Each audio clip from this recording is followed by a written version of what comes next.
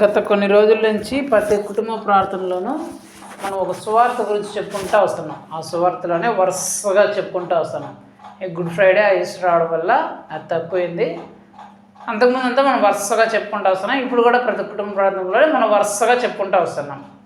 So ఇప్పుడు ఎక్కడి వరకు వచ్చినామంటే, యేసు ప్రభు తన శిష్యులకు ఒక ప్రార్థన నేర్పించినాడు. ఆ ప్రార్థన ప్రతిరోజు చేయాలంట. ఉదయాన్నే లేవగానే ఆ ప్రార్థన చేయాలంట. మనం ఆ ప్రార్థనలో నుంచి అక్కడ మనం చెప్పుకుంటూ వెళ్తున్నాం. ప్రతిరోజు చేయాల్సిన ప్రార్థన ఎలా ఉండేదని దాని గురించి మాట్లాడుకుంటూ వస్తున్నాం.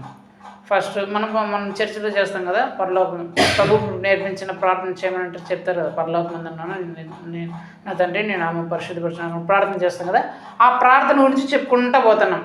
అందులో ఇప్పటికీ 3 విషయాలు మనం చెప్పుకుంటేసినాం.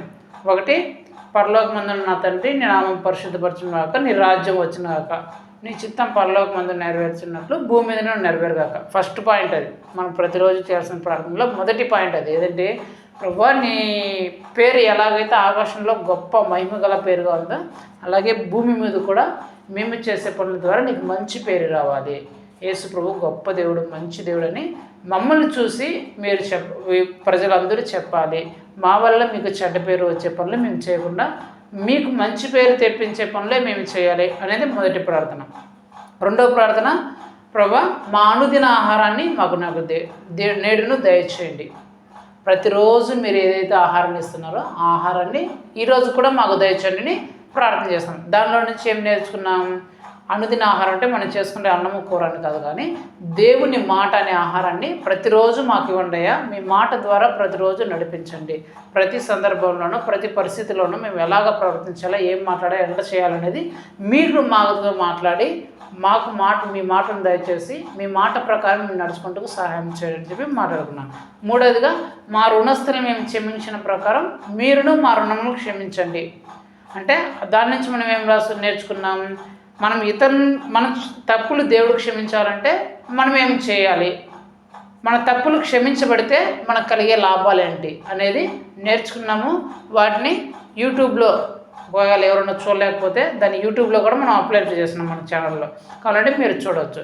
తర్వాత దాంట్లోనే వస్తే నెక్స్ట్ దేవుడు ఏం మాట్లాడుతున్నాడు అని చూద్దాం. సరేనా? అంతేండి. మత్తయి సువార్త 6వ అధ్యాయం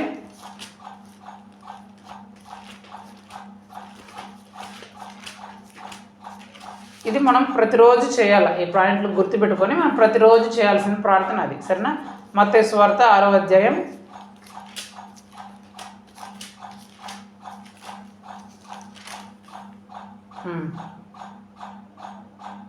13వ వచనం.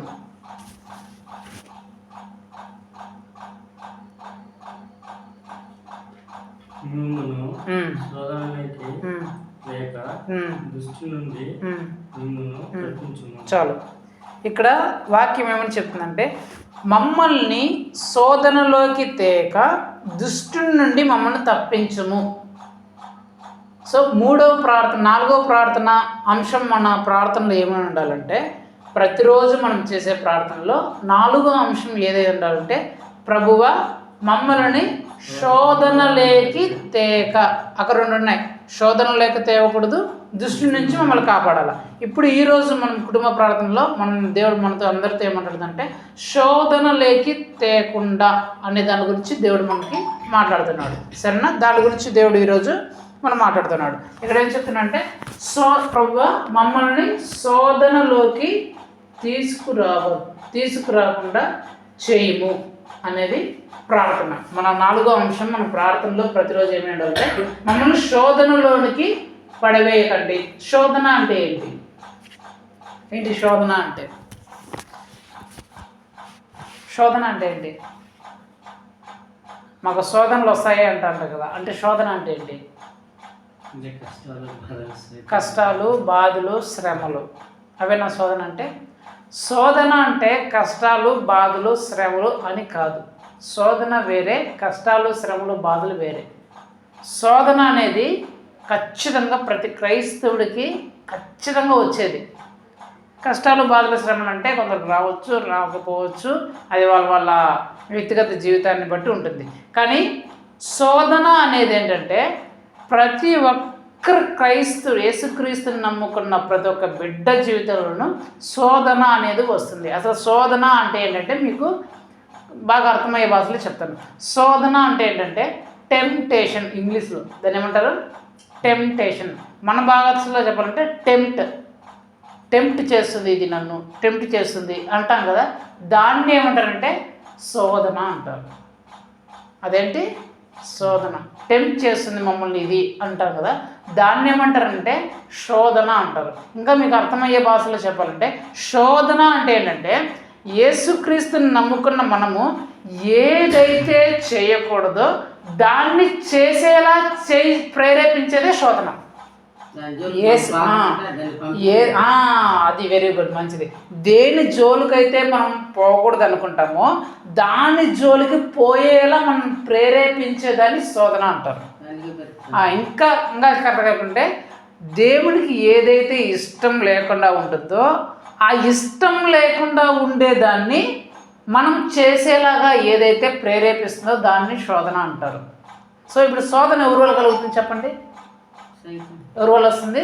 Very good. శోధన ఎవరి వల్ల వస్తుంది? సైతాన్ వల్ల వస్తుంది. ఎందుకు సైతాన్ వల్ల వస్తుంది? దేవునికి ఇష్టమైన కార్యాలు చేయాలని చూసేది ఎవరు? సైతాన్. కాబట్టి ఈ శోధన అనేది ఎవరి వల్ల వస్తుందంటే సైతాన్ వలన కలుగుతుంది. అంటే మనం ఏదైతే చేయకూడదో ఆ పనులు చేపించేలాగా ఈ సాతానుగాడు ప్రయత్నిస్తాడు. సో 4వ ప్రార్థనగా మన జీవితంలో ఏదంటే, ప్రభువా ఈరోజు సాతాను నీకు ఇష్టమైన పనులు, నీకు ఇష్టం లేని పనులు చాలానే చేయించాలని చూస్తాడు. కాబట్టి వాడు అలాంటి నీకు ఇష్టం లేని పనులు వాడు ఏమైనా మా జీవితంలోకి తెస్తే అలాంటి పనుల్లో మేము పడిపోకుండా, అలాంటి పనులు మేము చేయకుండా మమ్మల్ని కాపాడండి, మమ్మల్ని రక్షించండి, ఆ శోధనలో మేము పడిపోకుండా మమ్మల్ని కాపాడండి అని మనం ప్రార్థన చేయాలి. 4వ ప్రార్థనగా మనం ప్రతిరోజు ప్రార్థన ఏమంటే, ప్రభువా సాతాను ఏదైతే మీకు ఇష్టం లేని కార్యమును మా చేత చేయించాలని చూస్తాడో అలాంటి పనుల్లో మేము పడిపోనకుండా, అలాంటి శోధనలోకి మేము దిగిపోకుండా మీరు మమ్మల్ని కాపాడండి యేసయ్యా అని 4వ ప్రార్థన చేయాలి. అయితే ఈ శోధన, దేవునికి ఇష్టం లేని పనులు, ఈ సాతాను మనల్ని ప్రేరేపించే పనులు, మనం చేసేలాగా ప్రేరేపించే పనులు ఏంటి అనేది మనకు తెలియాలి. అంటే శోధన అంటే మనకు అర్థమైంది ఏంటి? మనం ఏదైతే చేయకూడదో ఆ పనులను చేసేలాగా ప్రేరేపించడమే, సాతాను ద్వారా ప్రేరేపించబడమే శోధన అంటే. అయితే మనం ఏ పనులు చేయకూడదు అనేది కూడా మనకు తెలియాలి. అప్పుడే మనకు తెలుస్తుంది, ఓహో ఈ పని మనం చేయాలనుకుంటే ఇది సాతాను వల్ల కలిగింది ఈ ప్రేరేపణ, కాబట్టి మనం జాగ్రత్తగా ఉండాలి. ఈ పనులు మనం జోలిపోతే సాతాను వల్ల మనం శోధనలో పడిపోతే చాలా ఇబ్బందులు వస్తాయని మనం తెలుసుకోవాలి. సో ఆ పనులు ఏంటి అనేది మనం చూద్దాం ఒకసారి. ఆ పనులు ఏంటి? అసలు మనం సాతాను యేసుక్రీస్తు నమ్ముకున్న బిడ్డల్ని ఏ విషయాల్లో శోధించాలని చూస్తాడంటే ఏంటి? గలతీలో రాసిన పత్రిక, ఇది బాగా అందరికీ తెలిసిన విషయమే. 5వ అధ్యాయం 19వ వచనం. నేను చదువుతాను మీరు వినండి. శరీర కార్యములు స్పష్టమైనవి, అవేమనగా శరీర కార్యములు అంటే ఇవే, శోధనకు మనల్ని శోధనలో పడేసేవి శరీరానికి సంబంధించినవి శోధనలో పడేస్తాయి మనకి. ఆ కార్యముల గురించి అంటే దేవునికి ఏవైతే ఇష్టం లేదో, సాతాను ఏ కార్యములలో మనం పడేయాలనుకుంటున్నాడో, ఏ విషయాల్లో మనల్ని ఆ విషయాలు చేసేలాగా, ఆ పనులు చేసేలాగా మనం ప్రేరేపించాలనుకుంటున్నాడో ఆ కార్యములు ఇక్కడ రాయబడుతున్నాయి. అవి ఏంటంటే శరీర కార్యములు స్పష్టమైనవి, అవి ఏమనగా జారత్వము, అపవిత్రత, కాముకత్వం. ఈ ఒక లైన్. జారత్వం ఉన్న, కాముకత్వం ఉన్న, అపవిత్రత అనే ఈ 3 ఒకే కోవకు చెందినవి. అంటే దీని అర్థం ఏంటంటే వ్యభిచారపు క్రియలు, మోహపు క్రియలు, ఇతరులను చూసి మనం మోహించేలాగా మనం ఎప్పుడు అలాంటి సాతాను ఏం చేస్తారంటే ఒక అమ్మాయిని అబ్బాయిని కానీ చూసినప్పుడు, లేకపోతే వేరే స్త్రీ పురుషుని కానీ చూసినప్పుడు వీరితో మనం పాపం చేయాలి, వీరితో మనం అక్రమ సంబంధాలు పెట్టుకోవాలనే తలంపును మనం పుట్టిస్తాడు. యాక్చువల్గా అది దేవునికి ఇష్టమా? దేవునికి చాలా కోపం తెప్పించే పని అది. అది దేవుడికి పరమ అసహ్యమైన కార్యం. వ్యభిచారము, మోహము, కామకత్వం కలిగినటువంటిది దేవునికి చాలా చాలా అసహ్యమైన కార్యం. కానీ ఇప్పుడు సాతాను కూడా ఏం చేస్తాడు, దీనిని యేసు ప్రభు నమ్ముకున్న వాళ్ళు చేసేలాగా ప్రేరేపిస్తాడు. అప్పుడు మనం ఏం చేయాలా, ప్రభు ఇలాంటి శోధనలో మేము పడిపోకుండా మమ్మల్ని కాపాడిని ప్రార్థన చేయాలి. ఎందుకు ప్రార్థన చేయాలా, సంసోనుకు ఒక వ్యక్తి ఉన్నాడు, అతను యేసుక్రీస్తు నమ్ముకున్నవాడే. అతనికి యేసుక్రీస్తు బాగా అభిషేకించినాడు, బలం ఇచ్చినాడు. ఒక దెబ్బతో దవడ ఎముక తీసుకొని 1000 మందిని చంపేసినాడు అంట. ఒక ఇంత పెద్ద ఇంటిని కూడా ఒక దెబ్బతో అట్లా చేసి పడేసినాడంట. కానీ అతనిలో ఉన్న తప్పు ఏంటంటే, ఎక్కడ స్త్రీలు కనిపించినా వాళ్ళతో మోహించేది, వాళ్ళతో వ్యభిచారం చేసేది, ఇలా పనులు చేస్తుంటే ఈ మోహంలోకి, కామంలోకి, వ్యభిచార క్రియలోకి ఎప్పుడైతే ఇతను పడిపోయినాడో, ఎప్పుడైతే సాతాను వల్ల ప్రేరేపించబడి ఆ వ్యభిచార పనులు చేసేసినాడో, వెంటనే మనం లాస్ట్లో చూస్తే సంవత్సరం చేతులు వాడు కళ్ళు పీకేసినాడంట. కారణం ఏంటి, వాడు చూసింది ఆ స్త్రీని ఆ కళ్ళుతోనే కదా, కాబట్టి కళ్ళు పీకిచ్చేసినారు. ఆ శత్రువులు పట్టుకుని అతను కళ్ళు పీకేసినారంట. అంటే ఏం చెప్తుంటే, సాతాను ఏం చేసినాడు, ఈయన శోధించినాడు. ఏమని, వ్యభిచారం చెయ్యి, ఆ అమ్మాయిని చూడు, ఏ అమ్మాయిని చూడు, ఆ అమ్మాయితో వ్యభిచారం చేయి, ఏ అమ్మాయితో వ్యభిచారం చేయి, ఆ అబ్బాయితో వ్యభిచారం చేయి, ఏ అబ్బాయితో వ్యభిచారం చేయని ఇతని కంటికి చూపించినాడు. శోధన తెప్పిస్తే ఇతనేం చేయాలా, సంసోను శోధన, అయ్యో ఇలాంటి శోధన వస్తుంది, అమ్మో నేను వేసుకోవడం, వేసుకోక అసహ్యమైన కానీ దీన్ని మనం చేయకూడదు అని ఆ శోధన నుంచి తప్పించుకోకుండా సాతాను చెప్పినట్లు ఆ పని చేసినాడు. ఎప్పుడైతే చేసినాడో ఆ పని ఒక ప్రతిఫలం కళ్ళు పోయినాయి, కళ్ళు పీకేసినారంట. కళ్ళు ఒక పోయింటే కళ్ళు పీకేస్తారంట.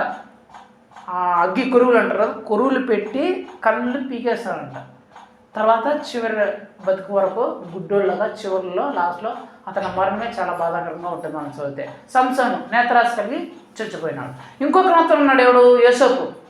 ఇతను కూడా సేమ్ అదే అవకాశం ఏంటి, వ్యభిచారం, ఒక స్త్రీని వ్యభిచారం చేసే అవకాశం వచ్చింది. కానీ అతను ఏం చేసినాడు, వ్యభిచారం చేయాలి. సాతాను ఎప్పుడైతే ప్రేరేపించినాడో వ్యభిచారం చేయమని సాతాను ప్రేరేపణలో పడిపోకుండా ఆ స్త్రీని తోసేసి పారిపోయినాడు. అంటే జోసెఫ్ ఆ స్త్రీని వ్యభిచారం చేద్దాం రా అని ప్రేరేపిస్తే అతను యోసేపు ఏం చేసినాడు, ఆ స్త్రీతో వ్యభిచారం చేయకుండా, ఆ మోహపు కామకులు జరించకుండా ఆ స్త్రీని తోసేసి పరిగెత్తే వెళ్ళిపోయినాడంట. ఆ దుష్టిని యొక్క శోధనలో పడకుండా ఏమైంది, వెంటనే ఆ యోసేపు చూస్తే మనం రాజు అయిపోయినాడు, ఐగుప్తు దేశానికి రాజు అయినాడు. ఒకడేమో సాతాను చేత శోధింపబడి ఆ పని చేయడం వల్ల కళ్ళు పోయినాయి, కళ్ళు పీకించుకొని శత్రుల చేతిలో దొరికిపోయినాడు. శత్రువులు అతను పట్టుకొని కళ్ళు పీకేసినారు. ఇంకొకతను సేమ్ శోధింపబడ్డాడు. కానీ శోధింపబడిన అతను సాతాను చెప్పిన మాట వినకుండా ఆ పాపం జోలికి పోకుండా పరిగెత్తుకుంటూ వచ్చేసినాడు, ఆ పాపక్రియలు చేయకుండా. కాబట్టి తను రాజు అయిపోయినాడు. మొదటి అంటే వ్యభిచారపు క్రియలు, మోహపు క్రియలు అనే శోధన మనకు వచ్చినప్పుడు మిమ్మల్ని తప్పించండి, వాటిలో మేము పడిపోకుండా మమ్మల్ని కాపాడాలండి మొదటి ప్రార్థన. అందులో సరే, రెండవది మళ్ళీ అక్కడ చూస్తే విగ్రహారాధన, అభిచారము. విగ్రహారాధన అంటే చాలామంది ఏం చేస్తారంటే, ఈ సాతాను ఏం చేస్తుందంటే, యేసు ప్రభువుని నమ్ముకున్న వారిని విగ్రహాల దగ్గర విగ్రహారాధకులు చేసే పనులు, విగ్రహారాధ పూజలు, విగ్రహారాధకులతో సంబంధాలు కలిగి ఉండేలాగా ఈ డ్యాన్సులు, ప్రోగ్రాంలు ఇవి ఉంటాయి, ఇలాగా చేయాలని ప్రేరేపిస్తుంది, ఆశ పుట్టిస్తుంది, చూపిస్తుంది. చూడు ఎంత బాగా చేస్తున్నారు వాళ్ళు, చూడు ఎట్లా బాగా ఎగురుతున్నారు వాళ్ళు, చూడు ఎంత బాగా ఎంజాయ్ చేస్తున్నారు, ఏం పూజలు చేస్తున్నారు, నువ్వు కూడా చూయి అని చెప్పి ఇలాంటి శోధనలోకి తెప్పిస్తుంది ఎవరు, సాతాను. ఈ ప్రేరేపించినప్పుడు మనం ఏం చేయాలా, విగ్రహారాధన జోలికి పోకూడదు, విగ్రహారాధనకు సంబంధించిన పనుల జోలికి కూడా పోకూడదు. కొందరు క్రైస్తవులను పేరు పెట్టుకుని కూడా విగ్రహారాధకులు పూజలు అవి ఇవి చేస్తుంటే వాళ్ళ దగ్గరికి వెళ్ళిపోతారు, డ్యాన్సులు అవి ప్రోగ్రాం పెట్టుకుంటే వాళ్ళ దగ్గరికి వెళ్ళిపోతారు. అంటే సాతాను వీళ్ళు శోధిస్తే వీళ్ళు ఏమనుకోవాలా, మో ఇది దేవునికి ఇష్టం లేని కార్యం, దీని దగ్గర పోకుండా మనం జాగ్రత్తగా ఉండాలా అనే ఉద్దేశం లేకుండా శోధింపబడితే వాళ్ళు వెళ్ళిపోయి ఆ విగ్రహారాధ కార్యక్రమంలో పోయి మునిగి తమ మీదకి లేనిపోయిన నష్టాలని, కష్టాలని, శాపాలని, దరిద్రాలని, నిందలను, అవమానాన్ని తెచ్చుకుంటున్నారు. బైబిల్లో కూడా ఉంది ఏమని, మోషే యేసు ప్రభుతో మాట్లాడడానికి కొండ మీద పోయినప్పుడు కింద ఉన్న వాళ్ళు ఇజ్రాయిల్ ఏం చేస్తారంటే, మాకు దేవుడు ఎవరు లేరు అని చెప్పేసి ఒక దోణ చేసుకొని ఎగురుతున్నారంటే, డ్యాన్స్లు వేస్తున్నారు, రికార్డ్ డ్యాన్స్లు వేసుకొని తాగి తందాడి హాడేమన్నా ఎప్పుడో ఎలాగైతే విగ్రహాలు పూజలు ఊరేగములు జరిగినప్పుడు లోకస్తులు ఎలాగైతే చేస్తుంటారో అట్లా ఎగురుకుంటారు, తిట్టుకుంటారు, తాగుతారు, తిరుగుతా ఇట్లా చేస్తూ ఉన్నారంట. వెంటనే దేవుడు కోపం వచ్చింది, మోషేని పంపించినాడు. ఆ రోజు దెబ్బలను 5,000 మందిని చంపించేసినాడు. విగ్రహారాధన చేసిన ఆ పాపానికి 5,000 మంది అక్కడ చంపేయించారు అనమాట యేసుప్రభు. అంటే విగ్రహారాధన అనే శోధనని సాతాను తెప్పించినప్పుడు మనం చాలా జాగ్రత్తగా ఉండాలి. విగ్రహారాధన కానీ విగ్రహారాధన సంబంధించిన క్రియలకు కానీ వాటి జోలికి కొని మనం పోకుండా మనం చాలా జాగ్రత్త పడాలి. లేదంటే మన మీద ఖచ్చితంగా శిక్ష వస్తుంది. వాళ్ళైతే చంపివేయబడ్డారు, మన మీద కూడా నాశనం అనే శిక్ష వస్తుంది. ఇంకొక అతను ఉన్నాడు ఏలియా, వీళ్ళు ఉన్నారు విగ్రహారాధన ఇంకా మనకు శద్రక్ అబేద్నగో ఉన్నారు కదా, శద్రక్ అబేద్నగో వీళ్ళు ఉన్నారు. వీళ్ళ ముందు ఏం చేస్తున్నారు, మీరు విగ్రహాన్ని పూజించండి, విగ్రహాన్ని మొక్కండి, లేదంటే మిమ్మల్ని చంపేస్తామన్నారు. శద్రక్ మెషక్ అబేద్నగో అని ఈ మేము పెట్టిన విగ్రహాన్ని మీరు పూజించండి, లేకపోతే మిమ్మల్ని చంపేస్తామన్నారు. కానీ వాళ్ళు ఏమన్నారే, చంపితే చంపుకోరా, యేసు ప్రభు దేవుడు ఆయన నిజమే దేవుడు, విగ్రహాన్ని పూజించేది లేదన్నాడు. ఏం చేస్తున్నాడు రాజు, వెంటనే వీళ్ళు మొగ్గను పట్టుకొని అగ్నిగుణాలు వేసి వేడంతలు అగ్ని చేసినాడు. ఎవరైతే అగ్నిగుండంలో వీళ్ళని విసిరేసినారో వాళ్ళు చచ్చిపోయినారు కాలిపోయి. కానీ వీళ్ళు అగ్నిగుండంలో పడిన వాళ్ళు మాత్రం కనీసం కాలిని వాసన కూడా రాలేదంట. మళ్ళీ రాజు, అయ్యా శద్రక్ మెషక్ అబేద్నగోలారా మీరు బయటకు రంటే వాళ్ళు హాయిగా ప్రశాంతంగా వచ్చినారంట, ఏసీ రూమ్లో వచ్చినట్లు. అరే ఎట్టొచ్చినారు అంటే మా దేవుడు మమ్మల్ని కాపాడాడు. అప్పుడు ఆ రాజు చెప్తున్నాడు, ఇలాంటి దేవుడు ఎవరు లేడు, యేసు ప్రభు లేని దేవుడు ఎవరు లేడు. అగ్నులు వాళ్ళు వేయడం ఏంటి, అగ్నులు వేసిన కాలు బూడిద వేయడం ఏంటి, వీళ్ళు అగ్నిలో ఉన్న కూడా చిన్న కాలు వాసన కూడా రాకపోవడం ఏంటి, ఇలాగా రక్షించే దేవుడు ఈ ప్రపంచంలో లేడు, అందరూ యేసు ప్రభునే ముక్కాలి, అందరూ యేసు ప్రభునే పూజించాలని శద్రక్ మెషక్ అబేద్నగో వల్ల అక్కడ దేవుని పేరు గొప్ప చేయబడింది. అక్కడేమో వాళ్ళు యేసు ప్రభువు నమ్ముకున్నా కూడా విగ్రహారాధన చేసి విగ్రహారాధన కార్యక్రమంలో ఉండి నశించిపోయినారు వాళ్ళు. ఇక్కడ విగ్రహారాధన చేయమంటే మేము చేయం, చావనైనా చేస్తాం కానీ అగ్నిలోకి పోయి చావనైనా చేస్తాం కానీ విగ్రహారాధన జోలికి మేము పోం, ఎందుకంటే మా దేవునికి అది అసహ్యం, అది ఇష్టం లేని కార్యం అని చెప్పి వాళ్ళు నిలబడినారు. కాబట్టి దేవుని పేరు గొప్ప అయింది, వాళ్ళు ప్రధానులుగా చేయబడ్డారంట, ఆ దేశానికే ప్రధానులుగా మార్చబడ్డారంట. అది విగ్రహారాధన. తర్వాత అభిచారము, ద్వేషము, కలహము, మత్సరము, క్రోధములు, కక్షలు, భేదములు, విమతములు, అసూయలు, ఇవన్నీ ఒక కేటగిరీ. అంటే ఇవి గొడవలను ప్రేరేపించేవి, కొట్లాటలను ప్రేరేపించేవి, ఇతరుల మీద గొడవలకి, ఇతరుల మీద చాడీలు, ఇతరుల మీద నిందలు దూషించే ఇలాంటి వాటి మీద సాతాను ప్రేరేపిస్తాడంట. అంటే ఈ కార్యములు దేవునికి ఇష్టం లేదు. గొడవలు, కొట్లాటలు, నిందలు, అవమానాలు, వాళ్ళు తిట్టుకునే ఇతరులు, వాళ్ళు బూతులు మాట్లాడుకునే, వీళ్ళ బూతులు మాట్లాడుకుంటే, వాళ్ళని తిట్టేది, వీళ్ళని తిట్టేది, వాళ్ళ మీద గొడవ పోయేది, వీళ్ళ మీద గొడవ పోయేది, పగ తీర్చుకునే అలవాట్లు, ఇవి దేవునికి ఇష్టం లేని కార్యములు. అయితే సాతాను ఏం చేస్తాడు, యేసు ప్రభు నమ్ముకున్న బిడ్డలు ఇలాంటి వాటిల్లో ప్రేరేపిస్తాడు. వాళ్ళతో గొడవలు పెట్టుకో, వాళ్ళని తిట్టు, వీళ్ళని తిట్టు, వాళ్ళని బూతులాడు, వాళ్ళని అట్లున్నారు కదా నువ్వు కూడా, వీళ్ళు ఎట్లున్నారు కదా నువ్వు కూడా ఎట్లా, వాళ్ళని కొట్టడానికి వచ్చినాడు నువ్వు కూడా కొట్టడానికి, వాళ్ళ మీద గొడవ పెట్టుకోవడానికి వచ్చినాడు నువ్వు కూడా గొడవ పెట్టుకో అని చెప్పేసి సాతాను ప్రేరేపిస్తాడంట. సాతాను ప్రేరేపించినప్పుడు నువ్వు అమ్మో ఇది దేవునికి ఇష్టం లేని కార్యం కాదు కదా, దేవుడు అని చెప్పిన మన శత్రువులైనా సరే ప్రేమించండి, మిమ్మల్ని హింసించే వారి కోసం ప్రార్థన చేయండి అని చెప్పాడు కదా, తిట్టుకోండి మనం ప్రార్థన చేద్దాం అని మనసు మనకుంటే మనం ఆశీర్వదించబడతాం, హెచ్చబడతాం. అట్లా కాకుండా వాడు గొడవకు వచ్చినప్పుడు మనం కూడా గొడవకైపోయినాం అనుకో, ఖచ్చితంగా మనలోనికి శక్తి వస్తుంది. చాలా ఉన్నాయి సందర్భాలు అలా. మనం బైబిల్ చూసుకుంటే ఫస్ట్ సందర్భమే చాలా చాలా చాలా ఉన్నాయి. గొడవలకు పోయి వాళ్ళు గొడవకు వచ్చినారు, మనం కూడా గొడవకపోతే జరిగే నష్టము ఎంత ఉందో మనం బైబిల్లో చదివితే చాలా ఉంటాయి. గొడవలకు వచ్చినా సరే మనం క్షమించే గుణం మనలో ఉంటే ఏం జరుగుతుందో పోయిన కుటుంబ ప్రార్థనలో మనం చెప్పుకున్నాం. ఇతరులలో మనం క్షమిస్తే మనకు కలిగే లాభాలు ఏంటంటే దాంట్లో మనం తెలుసుకున్నాం. కాబట్టి సాతాను మనల్ని అలా ప్రేరేపించినప్పుడు గొడవలు కానీ కొట్టాళ్ళు కానీ ఇతరులను తీర్చించడానికి, నిందించడానికి, బూతులు మాట్లాడించడం కానీ, లేకపోతే ఇతరులను కీడు చేయడానికి కానీ, బాధపడడానికి కానీ మనం ప్రేరేపించడం మనం ఏం చేసుకోవాలమ్మో దేవునికి ఇష్టం లేని కార్యం, దీనిలో జోలికి మనం పోకూడదనే భయం కలిగి మనం అలాంటి పనులకి వెళ్ళకూడదు, ఆస్వాదనలోకి మనం ప్రవేశించకూడదు. తర్వాత మత్తు నెక్స్ట్ ఏంటి, మత్తు అనే శోధనలోకి సాతాను తీసుకొచ్చేస్తాడు. మత్తు అంటే మద్యపానం, మందు, సారాయి, బీడి ఇవి ఉంటాయి కదా, వీటిని మత్తు అంటారు. అంటే సాతాను తర్వాత ఏం చేస్తాడంటే మత్తును మద్యపానం తాగేలాగా, మందు తాగేలాగా, సిగరెట్లు, బీడీలు తాగేలాగా ప్రేరేపిస్తాడు. ఇది యేసు ప్రభుకి నచ్చని కార్యం. మద్యపానము కానీ, మందు, సిడి, బిగరెట్టు, వకాకులు, అవి పాన్పరాకులు ఇవి కానీ యేసు ప్రభుకి అస్సలు పరమ అసహ్యమైన కార్యం. ఈ సాతాను ఏం చేస్తాడు, వీటిని చేసేలాగా ప్రేరేపిస్తాడు.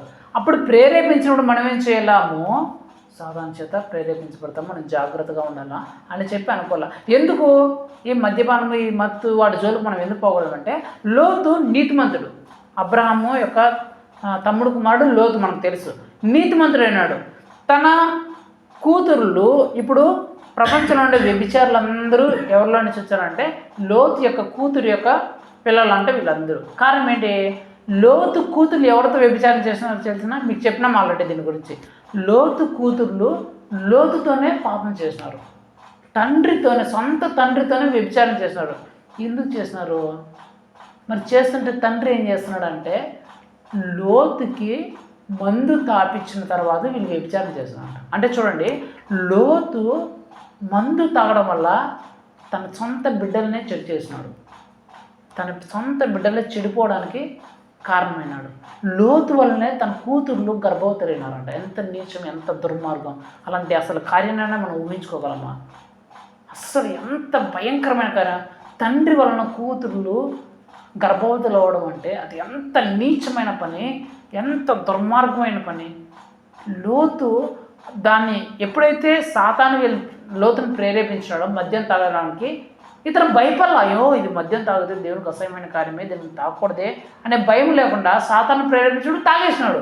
ఎప్పుడైతే తాగేసినాడో సొంత కుమార్తెలే లోతు వల్ల గర్భవతులైనాడు. వాటి నుంచి వచ్చిన అమ్మోనీయులు మోయాబీలే వ్యభిచారులుగా, మనం బైబిల్ చూస్తే వ్యభిచారు వాళ్ళందరూ వాళ్ళే, అమ్మోనీయులు మోయాబీలు వాళ్ళే వ్యభిచారు. అంటే వ్యభిచారం అనే మోహంలో పడిపోవడం వల్ల తమ పిల్లల బతుకులు నాశనం అయిపోయినాయి. ఆ పిల్లల బతుకులు నాశనం అయిపోయి తరతరాలు అలాగే వచ్చేసింది.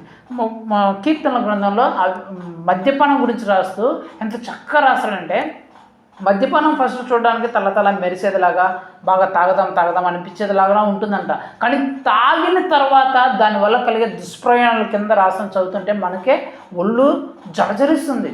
అమ్మో, మందు తాగుతూ ఇలాంటి భయంకరమైన పనులు మన జీవితంలోకి వస్తాయి. అక్కడ ఏముంటుందంటే ఒక చిన్న ఎగ్జాంపుల్ అంటే, వాడు నడి సముద్రంలో ఓడ చుక్కాని మీద పడుకున్నా కూడా వాడు తెలియట్లేదంట, కిందేసి దెబ్బలతో కొడుతున్నా కూడా వాడికి ఆ నొప్పి తెలియట్లేదంట. అంటే ఆ మద్యపానం అనేది వాడిని ఎంత నీచానికి, ఎంత ఆ దుర్లభమైన స్థితికి తీసుకెళ్ళిపోతుందో అక్కడ రాయబడుతుంది. లోతు యొక్క కూతుర్లు అంత నీచులుగా మార్చబడడానికి, తండ్రి వల్లనే గర్భవతులవడానికి, తండ్రి వల్లనే తన పిల్లల బతుకులు చెడిపోవడానికి కారణం ఏంటంటే మద్యపానం. సాతాను ఎప్పుడైతే ప్రేరేపించాడో, ఎప్పుడైతే వీళ్ళ సాతాను ప్రేరణ పడిపోయి ఆ మద్యపానం తాగాడో వెంటనే పిల్లల బతుకులు చెడిపోయినాయి. పిల్లల జీవితం, సొంత కూతుర్ల జీవితం నాశనం అయిపోయింది. ఇంకా మద్యపానం గురించి, తాగిన వాళ్ళ గురించి చూస్తే మనం చాలా చూసుకుంటాం ఉంటాయి. మద్యపానం తాగిన వాళ్ళు ఉన్నారు. ఎవరంటే వాళ్ళే దానియేలు, షద్రక్, మేషక్, అబేద్నెగో. వీళ్ళకంటే రాజు దగ్గర పనిచేస్తున్నారు. రాజు దగ్గర పనిచేసేటప్పుడు రాజులాగా బాగా బలంగా శక్తిగా ఉండాలని రాజుకి ఇచ్చేటి అన్ని మందు ఇచ్చినారు, మాంసము అన్నీ ఇచ్చినారు. మీరు తినండి అంటే ఈ షద్రక్, మేషక్, అబేద్నెగో అనే యవ్వనస్తులు ఏం చేశారంటే, అమ్మో ఇది యేసు ప్రభుకి ఇష్టం లేని కార్యం, దీన్ని మేము చేసి అపవిత్రం చేసుకోము, మేము మందు తాగాం, మేము యేసుక్రీస్తుని నమ్ముకున్నాం, మేము మందు తాగము, ఇది మా దేవునికి పరమ అసహ్యమైన కార్యం, దీన్ని మేము చేయము అని చెప్తారు. చెప్పిన తర్వాత అక్కడ ఇచ్చిన వాళ్ళు, అయ్యో మీరు ఇది తాగకపోతే బాగా మాంసం తిని మద్యం తాగితేనే బాగా మంచి పుష్టిగా బాగా బలంగా కనిపిస్తారు, మీరు తాగను తినమంటుంటారు. రాజు దగ్గరికి పోయి సన్నగా బక్కగా కనిపిస్తే రాజు మమ్మల్ని చంపేస్తాడు, మేము ఒప్పుకోము అంటారు. అప్పుడు వాళ్ళు ఏమంటారు, మాకు మద్యం పెట్టద్దండి, మాంసం పెట్టదండి, మీరు జస్ట్ మాకు నీళ్ళు ఇవ్వండి, తర్వాత చిన్న శాకాహారమే మాకు ఇవ్వండి, తర్వాత 10 రోజులు మమ్మల్ని పరీక్షించండి, 10 రోజులు మమ్మల్ని చూసి మద్యం తాగిన వాళ్ళు, బాగా మాంసం తినోళ్ళని, నీళ్లు తాగి మద్యం తాగకుండా మామూలు నీళ్లు తాగి మామూలు శాకాహారం తిన్న వాళ్ళు మమ్మల్ని చూడండి, మీకు ఒకవేళ వాళ్ళకంటే మేము బాగలేకపోయినాము, వాళ్ళకంటే మేము బక్కగానే ఇలాగ ఉన్నాం అనుకుంటే తర్వాత మాకు కావాలంటే అయ్యవండి అని చెప్తారు.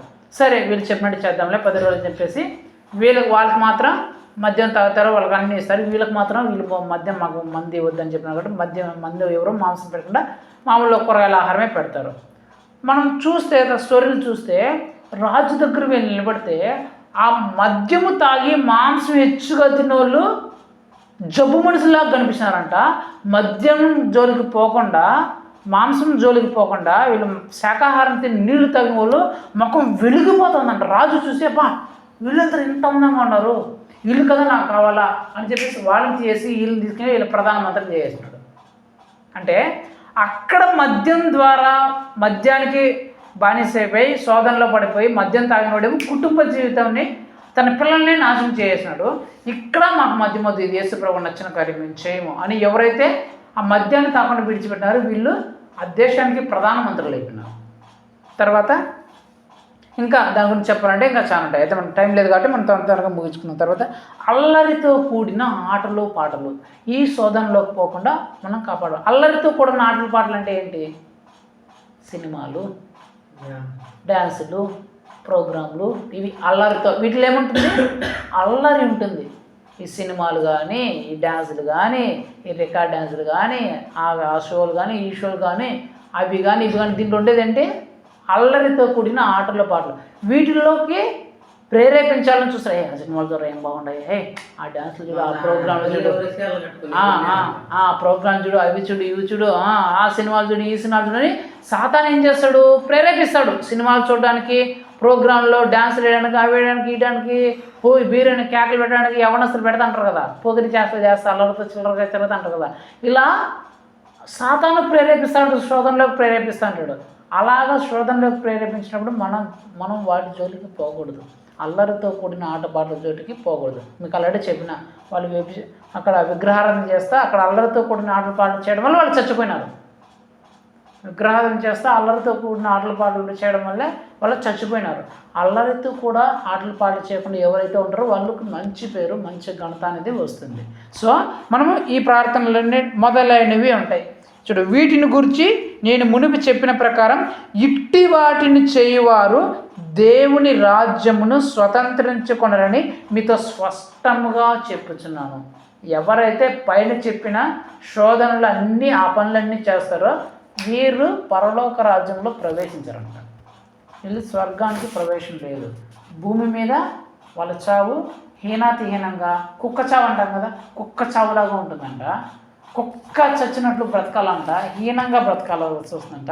చచ్చిపోయిన వాళ్ళకి స్వర్గం రాదంట, నరకంలోకి పోతారంట. అంటే ఈ రకాల శోధనలో మనల్ని పడేయాలని సాతాను చాలా ప్రయత్నాలు చేస్తాడు. ప్రతిరోజు ప్రయత్నం చేస్తాడు. ఈ ప్రార్థన ఎప్పుడు చేయమన్నాడు? వారానికి ఒకసారా, నెలకు ఒకసారా, సంవత్సరానికి ఒకసారా, ఎలా ఎప్పుడు చేయమన్నాడు ఆ ప్రార్థన? ప్రతిరోజు చేయాలంట. మనం మత్తయి సువార్తలో 6వ అధ్యాయం నేర్చుకున్న ప్రార్థన ప్రతిరోజు చేయాల్సిన ప్రార్థన. అంటే ప్రతిరోజు సాతాను మమ్మల్ని ఈ రకాల శోధనలోకి పడేస్తున్నాడు. ఏంటి? ఒకటి కామం, మోహం, వ్యభిచారపు లాంటి శోధనలోకి చూపిస్తాడు. అరే ఆ అమ్మాయి చూడు ఎంత బాగుంది, ఈ అబ్బాయి చూడు ఎంత బాగున్నాడు, ఆ అబ్బాయితో ఫ్రెండ్షిప్ చేయి, ఆ అబ్బాయితో లవ్ చేయి, ఈ అబ్బాయిని లవ్ చేయి, ఆ అబ్బాయిని పడే, ఈ అబ్బాయిని పడే, ఈ అబ్బాయితో అక్రమ సంబంధాలు పెట్టుకో, ఈ అమ్మాయితో అక్రమ సంబంధాలు పెట్టుకో అని చెప్పేసి సాతాను ప్రేరేపిస్తా అంట. సాతాను ప్రేరేపించడం మనం ఆ పనులు చేయొచ్చా? చేయదు. ప్రభా ఇలాగ సాతాను ఈరోజు ప్రేరేపిస్తాడేమో, ఈరోజు ఇట్లాంటి వ్యభిచారపు కామ కోరికలకు లాంటి శోధన తెస్తాడేమో, అలాంటి శోధనలో నేను పడిపోకుండా నన్ను కాపాడు ప్రభువా అని ప్రార్థన చేయాలి. రెండోది గొడవలు, కొట్లాట్లు, నిందలు, బూతులు ఇలాంటి శోధనలోకి సాతాను ఈరోజు తీసుకొని వస్తాడేమో. ప్రభువా అలాంటి గొడవలోనికి నేను వెళ్ళకుండా, అలాంటి కొట్లాట్లలోకి నేను అలాంటి బూతుల మాటలు నేను మాట్లాడకుండా, అట్లాంటి పగ కలహాల జోలికి నేను పోకుండా నన్ను కాపాడండి యేసయ్యా, అలాంటి శోధనలోకి నన్ను తీసుకురావద్దండి యేసయ్యా ఈరోజు అని ప్రార్థన చేయాలి. మూడవ ప్రార్థన సాతాను మద్యపానం అంటే మందు, సిగరెట్లు, బీడీ, వక్కాకు, పాన్పరాకులు, ఆన్సులు, గీసులు ఏమి ఉంటాయి కదా మత్తు, వీటన్నిటిలోకి ప్రేరేపిస్తాడేమో, ఇలాంటి శోధనలోకి తీసుకురావడమేమో ట్రై చేస్తాడేమో. ప్రభా అలాంటి శోధనలో నేను పడిపోకుండా నన్ను కాపాడండి, నన్ను రక్షించండి అని ప్రార్థన చేయాలి. తర్వాత నాలుగోదిగా అల్లరితో కూడిన ఆటలు పాటలు లేకుండా నన్ను జాగ్రత్తగా కాపాడండి. అల్లరితో కూడిన ఆటల పాటలు నా జీవితంలో ఉండకుండా మీరు నాకు సహాయం చేయండి. ఆ శోధనలోకి నన్ను తీసుకురావద్దండి. వాళ్ళ నేను సినిమాలు చూసేలాగా సినిమాల వైపు, ఆ రికార్డ్ డ్యాన్స్లు, ఆ ప్రోగ్రాంలు, ఈ ప్రోగ్రాంలు, ఆ జబర్దస్తులు, ఈ జబర్దస్తులు, అవి ఇవి అని చెప్పి పిచ్చి పిచ్చి వాటికి జోలికి మేము పోకుండా, అల్లరితో కూడిన ఆటల పాట జోలికి పోకుండా, ఆ శోధనలో కూడా సాతాను మనం ప్రేరేపించినప్పుడు వాటిలో మేము పడిపోకుండా మమ్మల్ని రక్షించండి అని ప్రార్థన చేయాలి. తర్వాత ప్రభా విగ్రహారాధనకు సంబంధించిన క్రియలు ఏమైనా మాకు ఈరోజు వస్తాయేమో, విగ్రహాలు చేసే పనులు మేము ఏమైనా చేయాల్సి వస్తుందేమో ప్రభా, అలాంటి వాటి జోలికి పోకుండా, సాతాను ప్రేరేపణలు మేము పడిపోకుండా మీరు మమ్మల్ని కాపాడనని మనం ప్రార్థన చేయాలి. సో ఆ శోధనలో పడిపోకుండా మనం ప్రతిరోజు ప్రార్థన చేయాలంట. ఎందుకు? శోధనలో పడితే భయంకరమైన సిచ్యువేషన్లు ఎదురవుతాయని జస్ట్ నేను అవి మీకు ఎందుకు చెప్పానంటే కొంచెం ఐడియా కోసం చెప్పాలని చెప్పినానంటే, ఒక్కొక్క శోధన గురించి వివరించి చెప్పాలంటేనే మన ఒళ్ళు గజ గజ గజ వణికిపోతుంది. ఒక్కొక్క శోధన వల్ల కలిగే నష్టాలు ఎలా ఉంటాయో చెప్తే మన ఒళ్ళు గడగడలో వణికిపోతుంది. ఆ శోధనలో మనం పడిపోకుండా తప్పించుకుంటే కలిగే ఆశీర్వాదాలు మనం తెలుసుకుంటే, ఆహా ఈ శోధన జోలికే నేను పోను అనేలాగా మనకు ధైర్యం వస్తుంది. శోధనలో పడితే గడగడగ ఉనికిపోయే నష్టాలు ఉన్నాయి బైబిల్లో. శోధనను తప్పించుకుంటే కలిగే అద్భుతాలు ఆశీర్వాదాలు కూడా బైబిల్లో ఉన్నాయి. నేను అన్నీ చెప్పలేదు కానీ మీరు జస్ట్ ఊరికి అర్థమయ్యేలాగా కొంచెం మీకు ఐడియా కోసమని చెప్పాను అంతే. సో ప్రతిరోజు ఈ రకరకాల శోధనలు అనేవి మన జీవితంలో వస్తూ ఉంటాయి. కాబట్టి ఆ రకాల శోధనలు వచ్చేటప్పుడు మనం ప్రతిరోజు ప్రార్థన చేయాలి. 4వ అంశంగా, ప్రభువా ఈ రకాల శోధనలు వస్తాయేమో, ఈ రకాల శోధనలు వచ్చినప్పుడు నేను సాతాను మాయలో పడి ఈ శోధనలోకి పడిపోకుండా ఖచ్చితంగా ఈ శోధన తప్పించుకున్నట్టుకు సహాయం చేయండి అని ప్రార్థన చేయాలి. సాతాను మనలే కాదు, యేసు ప్రభువును కూడా సాతాను శోధించినా లేదా? శోధించలేదా? ఏం చూసినాడు? ఫస్ట్ కొండ మీదకి ఎత్తుకొని పోయి ఈ రాళ్ళను రొట్టెలుగా చేసుకొని తిను అన్నాడు. యేసు ప్రభు ఏం చెప్పినాడు? నాకు అసలు రొట్టెలుగా చేసుకొని తిను అన్నాడు. సాతానా, రొట్టెల వల్ల కాదే మనిషి బతికేది, దేవుడు చెప్పే ప్రతి మాట వలన మనిషి బ్రతుకుతాడు అని చెప్పినాడు. ఆ శోధనలో సాతాను ఓడిపోయింది, యేసు ప్రభు గెలిచినాడు. సో దాన్ని పప్పులేం ఉడకల. తర్వాత 2వ శోధనలో ఏమొచ్చి ఆ ప్రపంచంతా చూపించి, ఈ ప్రపంచంతా చూడు ఎంత అద్భుతాలు, ఎంత అందంగా ఉందో చూడు, ఎంతగా సినిమాలు, షికార్లు, పబ్బులు, గిబ్బులు, అవి ఇవి, ఆ ప్రేమలు చూడు, అవి చూడు, ఇవి చూడు, వాళ్ళు చూడు బైకుల్లో చూడు ఏం పోతున్నది, వీళ్ళు చూడు బైకులో చూడు ఏం పోతున్నారు, ఆ లవ్వులు చూడు, ఈ లవ్వులు చూడు, వాళ్ళు తాగడాలు చూడు, వీళ్ళు తిరగడాలు చూడు, ఆహా ఎంత బాగుంది చూడు, రంగురంగుల రోకాలను చూడు అని యేసు ప్రభు చూపించి వీటన్నిటి చూపిస్తాను, నువ్వు నన్ను మొక్కితే ఇవన్నీ నీకు ఇచ్చేస్తాను అని చెప్తే యేసు ప్రభు ఏమన్నాడు? అబ్బా వాళ్ళు ఉండే మనం కూడా సినిమా కదా, అయ్యో మనం కూడా అట్లా పోదాం, ఇట్లా అమ్మాయితో లవ్ గివ్వు, అబ్బాయితో లవ్ గివ్వు, మనం కూడా ఇట్లా తాగడానికి తిరగడానికి పబ్బులకి సెకాలకు పోదాం అన్నాడా? దేవుని ఒక్కనే మొక్కాల, దేవుని ఒక్కనే మొక్కాల, వీటన్నిటి కాదు, ఇవన్నీ లోకాశలు గతించిపోతాయి, ఇవన్నీ మాకు అవసరం లేదు అని చెప్తే అక్కడ కూడా సాతాను ఏం చేసినాడు? ఓడిపోయినాడు. అక్కడ కూడా సాతాను ఓడిపోయినాడు.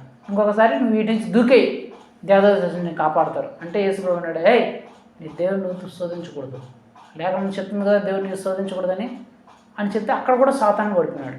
ఎప్పుడైతే ఈ 3 శోధనలో సాతాను ఓడిపోయి దేవుడు గెలిచాడో వెంటనే పరలోకం ఈ సాతాను పారిపోయినాడంట. మనం చదివితే అక్కడ సాతాను వెంటనే ఆయన వదిలేసి వెళ్ళిపోయాను. ఇంకా తర్జమాలు చూస్తే పారిపోయాడంట సాతాను. సాతాను పారిపోయిన వెంటనే దేవదూతలు పరలోకం నుంచి వచ్చి దేవునికి పరిచర్య చేసినారనే వాక్యం అక్కడ ఉంటుంది. అంటే సాతాను వేసే శోధనలో మనం ఎప్పుడైతే సాతాను ఎదిరించి సాతాను పారిపోయేలాగా చేస్తామో వెంటనే పరలోకం నుంచి మనకు సహాయం వస్తుంది. పరలోకం నుంచి మనకు సహాయం వచ్చి వారు మనకు సేవ చేస్తారు, వారు మనల్ని సేవ చేసి మనకు కావాల్సినన్నింటినీ సమకూరుస్తారంట. కానీ ఎప్పుడైతే మనం సాధారణ శోధనలో పడిపోతామో భూమి మీదే మనకు నష్టము, కష్టము, వ్యాధి, రోగం అన్నీ వచ్చేస్తాయి. కాబట్టి మనం ఏం చేయాలా? ఆ శోధనని మనం తప్పించుకోవాలి. ఎలా తప్పించుకుంటామంటే ఒకటే ఏంటి? 2వ ప్రార్థన ఏంటి? మా అనుదిన ఆహారం మాకు నేడును మాకు దయచేయండి. అంటే నీ మాటల్ని మా హృదయాల్లో నింపండి ప్రభువా. అంటే ఎలాంటి పరిస్థితులు వచ్చినప్పుడు మేము మీ మాటల ప్రకారం ఎలాగా మేము బ్రతకాలని ఆ మాటలు యేసు ప్రభు చెప్పిన మాటలు మనకు గుర్తుంటే అప్పుడు ఆ శోధనల నుంచి మనం తప్పించబడతాం. ఒకవేళ వ్యభిచారపు శోధనలు వస్తే అమ్మో నీ కన్ను చెడితే నీ దేహం అంతతో చెడిపోతుంది, మోహం చూస్తే చాలు నువ్వు నరకంలో తోయబడతావు అనే వాక్యం మనకు గుర్తొచ్చిందనుకో, ఒక అమ్మాయిని కానీ ఒక అబ్బాయిని కానీ ఒక స్త్రీని కానీ పురుషుని కానీ చూసినప్పుడు మనకు వ్యభిచారపు కోరికలు కానీ వ్యభిచారపు తలంపులు కానీ రావు.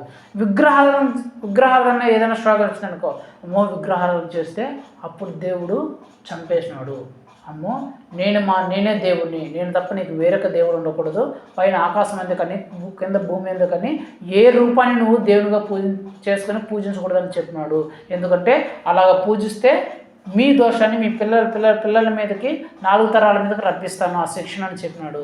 అలాగ మనం చేయకుండా యేసు ప్రభుని పూజిస్తే 1000 తరముల మీదకి కనికరాన్ని, జాలిని, కృపను పంపిస్తా అని చెప్పినాడు. కాబట్టి విగ్రహారాధన జోలికి మేము పోకూడదు. ఆ వాక్యం మనకు గుర్తుంటే విగ్రహారాధన శోధన వచ్చినప్పుడు మనం దాని జోలికి పోము. అమ్మో దేవుడు శిక్షిస్తాడు, నా పిల్లల మీద ఆ శిక్ష వస్తుందనే గుర్తుంటుంది.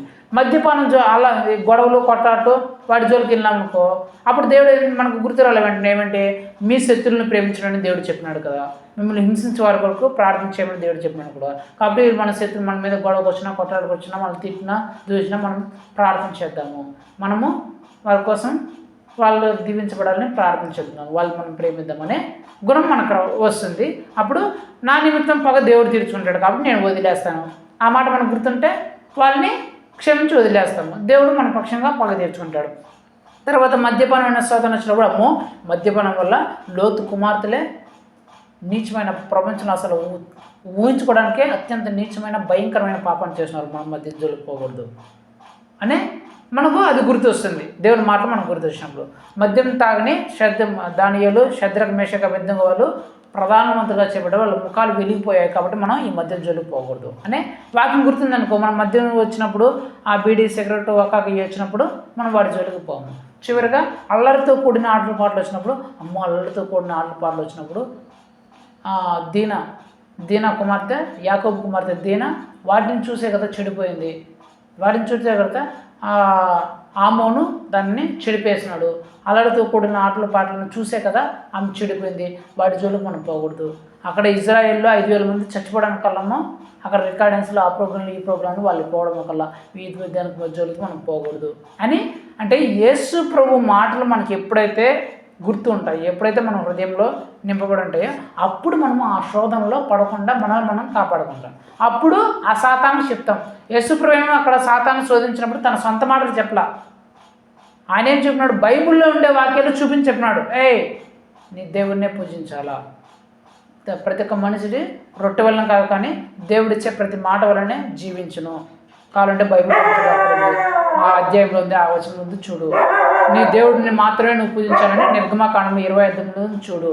నువ్వు నీ దేవుడిని శోధించకూడదని చెప్పేసి అక్కడ ఆ అధ్యాయంలో ఉంది చూడు అని చెప్పి యేసు ప్రభు దేన్ని ఆధారం చేసుకొని చెప్పినాడు, బైబిల్లో ఉండే వచనాలను ఆధారం చేసుకొని చెప్పినాడు. అంటే బైబిల్ ఉండే మాటలను ఆధారం చేసుకుని చెప్పినాడు. కాబట్టి సాతాను వెళ్ళిపోయింది.